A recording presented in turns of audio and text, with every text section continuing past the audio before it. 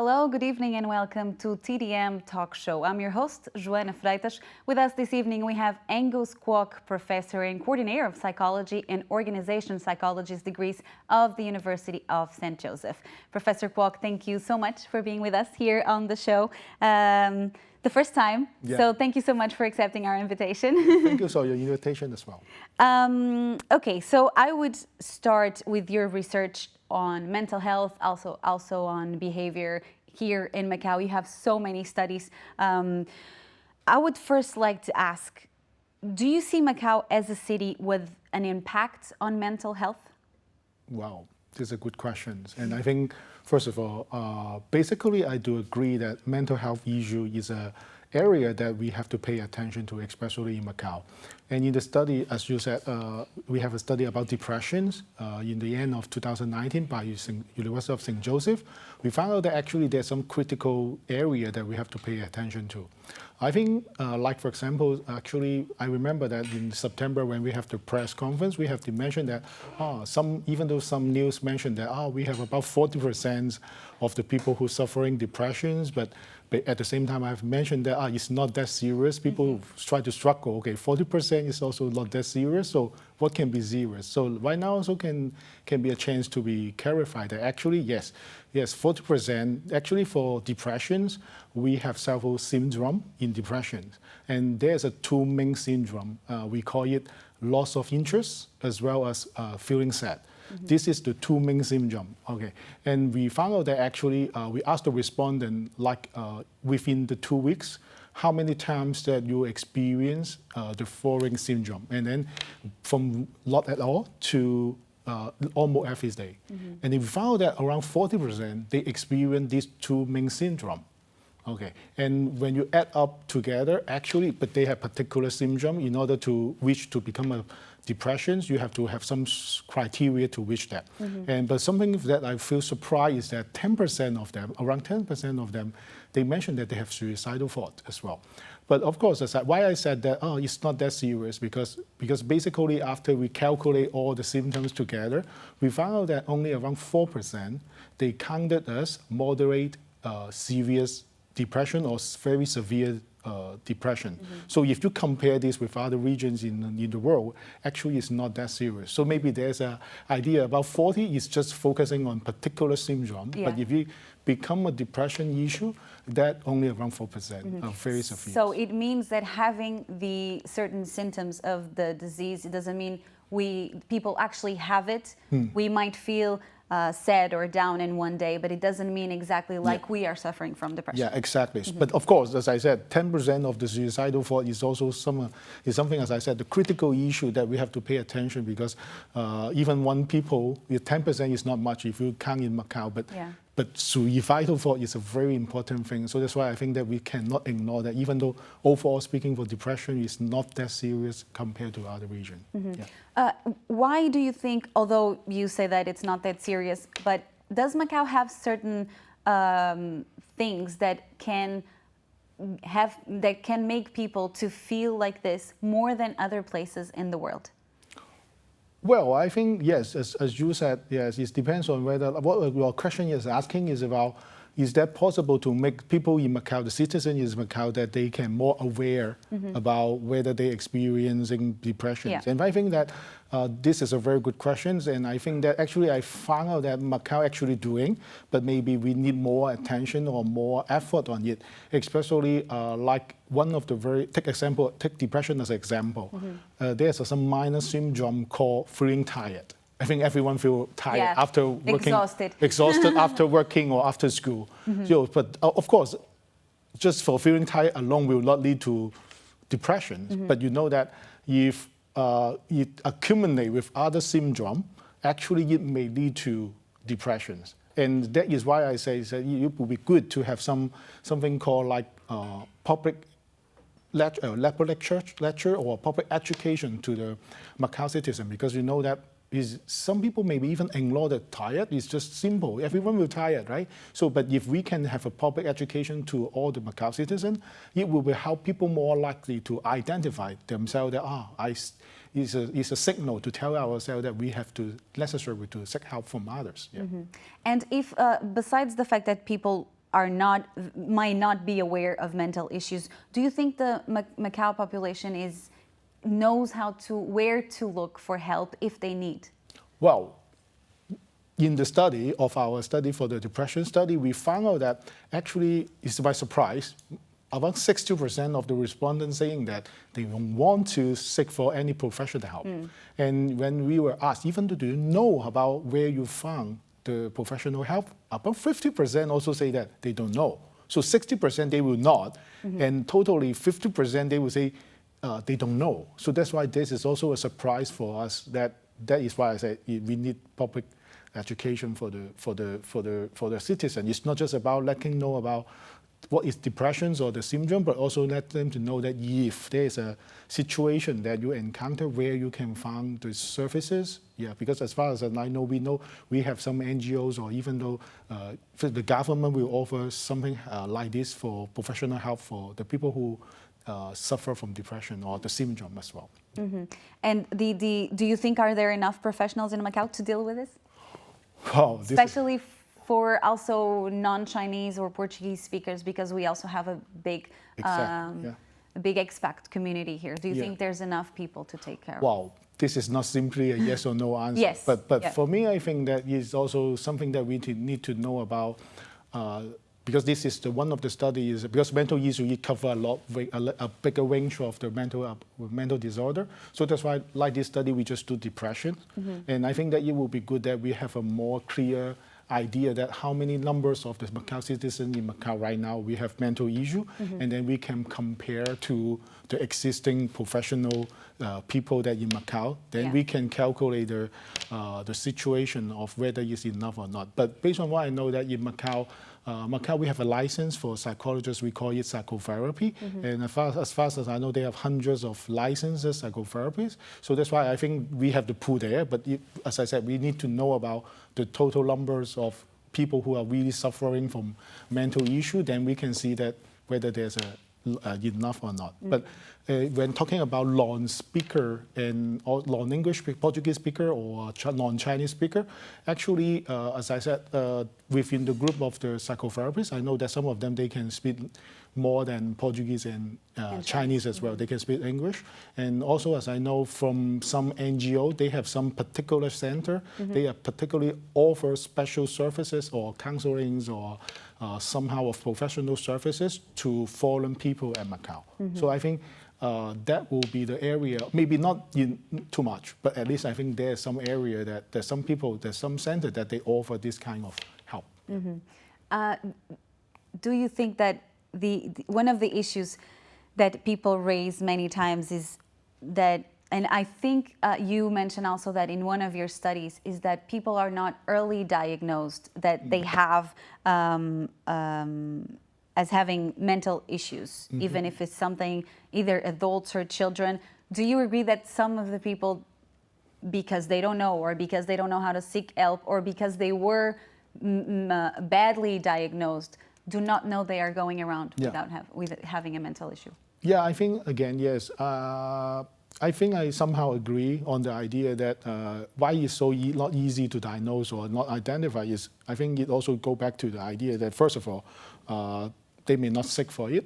Yeah, we don't know yet, but some of the previous study tell us that because of the stigma, like the labeling effect, make people, especially Macau is so small, so people don't like to be identified. If I go to seek help, that means I'm crazy or something like that. I think that is one of the issues. Second is we also found out that they don't know, half of them, they don't know about how to seek help, as well as some of the symptoms of the mental health issue actually are quite common in everyday life situation. Like, for example, as I mentioned just now, is like feeling stressed or feeling tired. That is something that is very common. Some people think that it's common sense, after work it should be like this. So that's why, as I said, why people that is one of the reasons that may make people feel that why they were not easy to be diagnosed or identified is that they even don't recognize that's a problem. So as I said, it would be very important to have public education. As far as I know, that actually Macau actually is doing that. We have some NGO actually, every year they have promote some so-called the mental health first aid program to make people, not just for the people who are suffering, but also people like the family members or the people who are working there, to experience that actually when you encounter and you experience that the people who beside you have some signal to tell you that they maybe have some mental issue.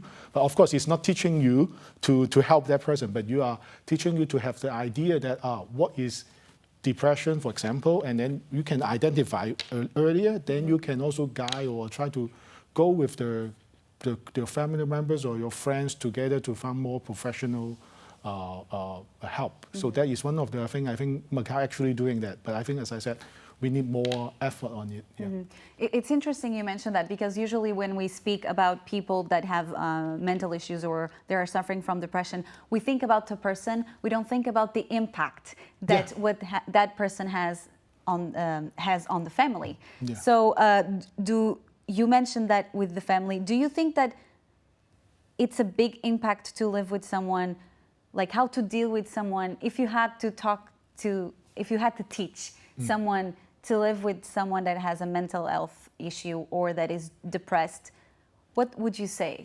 Yeah, actually, I think it's also a very tough situation for the family members. As I think we know that actually if one family with some family members have suffering from mental issues, actually also we assuming that actually their family member also suffer in some extent, because they have to.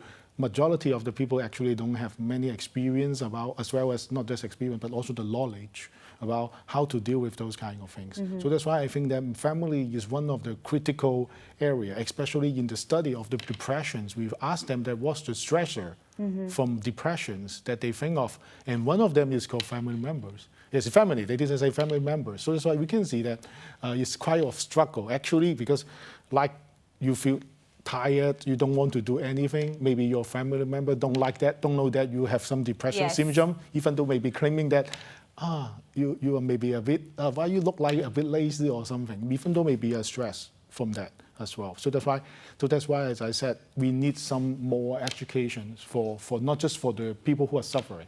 It has to be everybody, like the whole system. Even though I even think about like, even can put in like the non-tertiary education, like I think in Japan, everyone know that when earthquake, what you do, right? I think why not putting in also like the non-tertiary educations, like how to understand about more idea about something like it's part of our day. It's daily life, and then it will make the situation, and it will also solve your problem, saying that people are more likely to identify, and it will also more likely to minimize the chance to have the labeling effect, because everyone talk about that.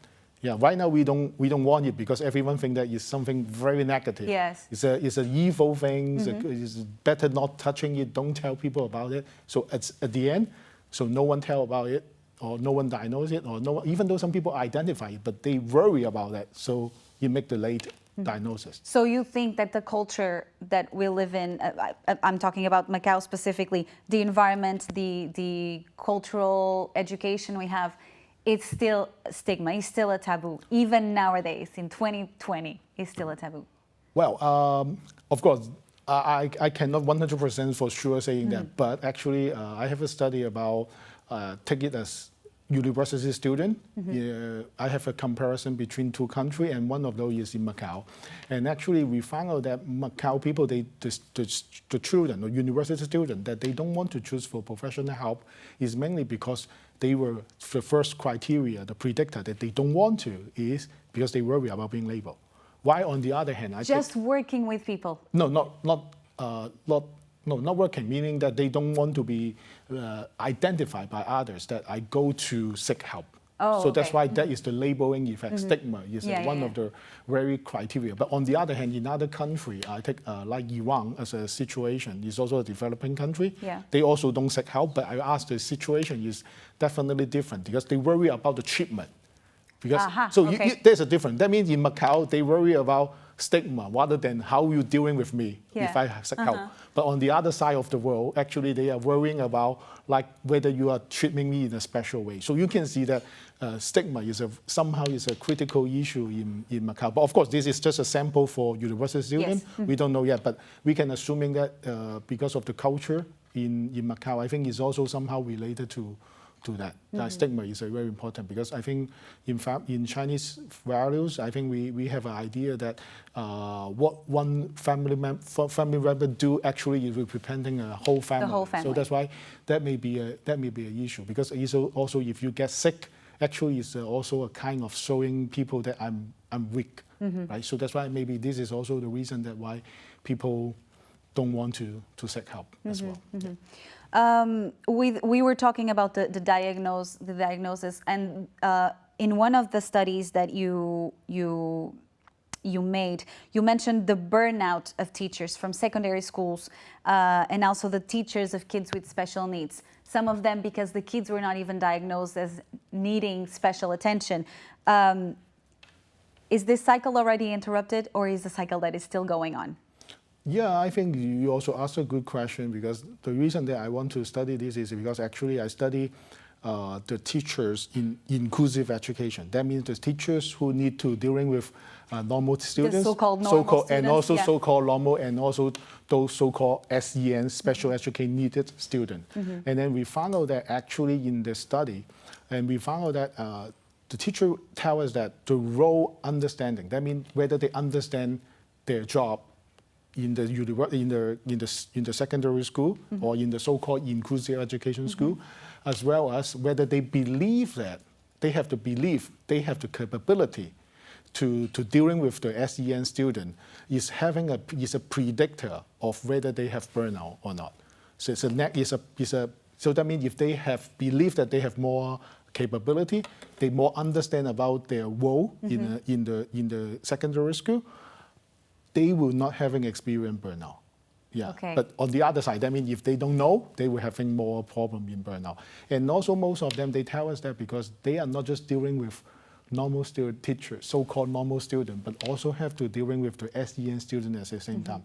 Maybe this is also because I think we can think about the education system in Macau is that, let's take European country as an example.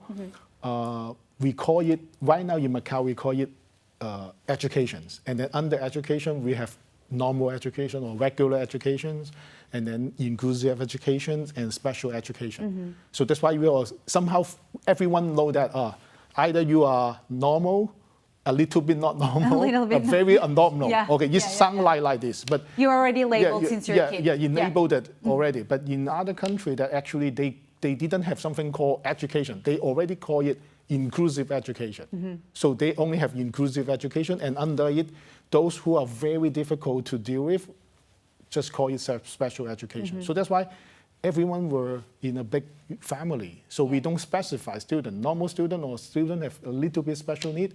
They also count as general education. So that's why I think that is the reason that why may make the teachers feel that they feel also difficult because as a teachers, they don't know actually whether they are special need teachers or they are just teachers dealing with normal, so-called normal students. Yeah. So I think that is the reason. So you think that has also a social impact because we start from schools and there's already that division and that not knowing what to do. Do you think that also has a social impact already starting there to the rest of the life? I think in some extent is not exactly the social impact on the student, rather it's the social impact on the people who dealing with them. Because they already being tell you that, because I like the situation, like in situation, if your school is in so-called having inclusive education, the teacher have the right to go to have some training about special education needs student. So if you are not that area, you don't need it. So that's why you already clarifying that if you want to deal with this kind of students, you have a chance to study particular training.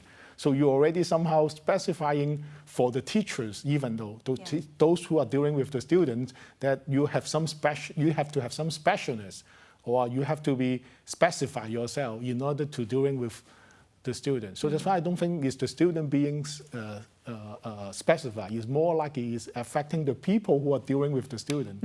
Yeah. Another study that you have so many. Your research is great. Like it goes from one scope to the other, and we're trying to talk about it here because it's really interesting. The themes you have. Another one of the studies that you made is on casino workers. And I'm always curious to know, and we talk about this usually in society, that Macau is this 24-hour city, so people have different schedules. They have different schedules to eat, to sleep, to work. Yeah. But the casino workers are, in my vision, the most affected. Do you think that these people have one of the most stressed out jobs in Macau, and because of that they are more not open, but do they have to deal more with mental issues?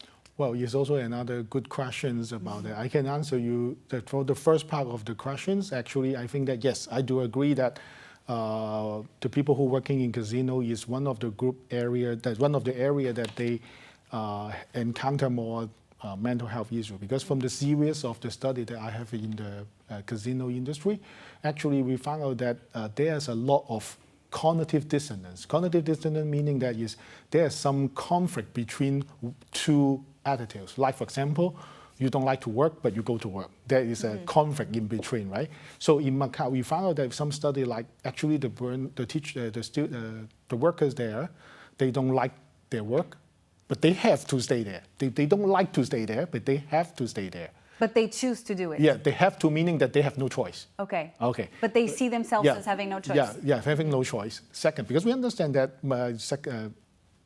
cannot say gaming industry, but hospitality industry plus the gaming industry is one of the industry that they provide highest salary. So they see that they always have an exit. Yeah, so that's why they have to, even though they don't like to. At the same time, they also feel that they don't feel having a prospective or successful career in the future as well. So you can feel that there's a lot of dilemma for the people working there. You don't like it, but you work hard.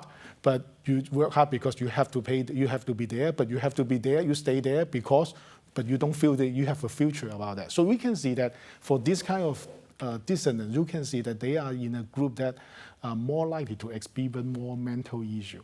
But of course, whether they are open to seek help or open to the mental issue is another case. I think future studies is in that. But you also mentioned something to me, and I think maybe my future is also study about whether they are open to that, because I think it's a very good idea, because they may encounter more, but maybe because they encounter more, they may not feel open about it. So that's why this is something that is worth to study in the future. Yeah. Do you think that they don't see that as a problem or whatever comes from that, they don't see it as a mental issue problem because they know that they are the ones choosing to go? So what are they, do they have career perception in this area, or they just go because it's something certain that will give them a salary? Yeah, how do I say? Yeah, as I said, the serious study that I done, I found out that actually they really tell us that they have to stay because they have. I can say have to stay doesn't mean they have to no choice. That means that they feel that if they go to other industry, they may not able to get what they have right now. Okay, but whether, and then in the second study, I also study about, because I know that they just have to stay and don't like their job, so why you continue to work, right? So I also ask the question to myself, so I do another study. Because I asked myself, the second study, I would like to know, because as a point of view, as a management, they will not know if you don't like it and have to stay, will you work engaged at the same time? Exactly, what's the engagement time? And at the same time, I also want to care about what they feel. Then if you, whether you just have to stay there, but you will perceive that you have a success in that company. So that's why in the second phase, I do another study about work engagement and also about subjective career success. And by my surprise, they have a very low perceived as subjective career success. That means they don't feel that they have a success in their career working there. So it, again, remind me again this, or we confirm again that they just have to stay there just because of they need that as a survival. Yeah. So that's why that is but actually they engage. We found out they do engage. They engage. That was not very high, but still engage is above average. Yeah, more than a little bit over than average. So that's why, but the subjective career success is much more far lower than the average. So that's why we can see the discrepancy. But one thing that you may mention is that, yes, why that person, why they may feel that they accept it, because cognitive dissonance, as I said, when there's two different conflict or idea in your mind. Yeah. Like you don't like to work, and you have to work. That if every day if you think like this, you will be crazy very easily. So Yeah. usually we will find another way to help ourselves. Maybe they can find that because maybe they don't like to work, but why they want to work? Because they may have a very high value in money. So therefore, because they have something higher, in order to compensate the unhappiness for not going to work. So that's why, because of the value of money is high, so I go to work. So it may also help them to minimize the conflict between So they each other. cope with that Yeah, by can be. Yeah, because, buying things yeah, or using the money yeah, that they make. they can find ways to substitute or replace it. Yeah. And do you think that for those people, is it easy to understand that they might have a mental issue? Or is it easy to diagnose? Because if they see, oh, I'm just unhappy, can they just be only unhappy? Well. Or can this actually... Yes, good question.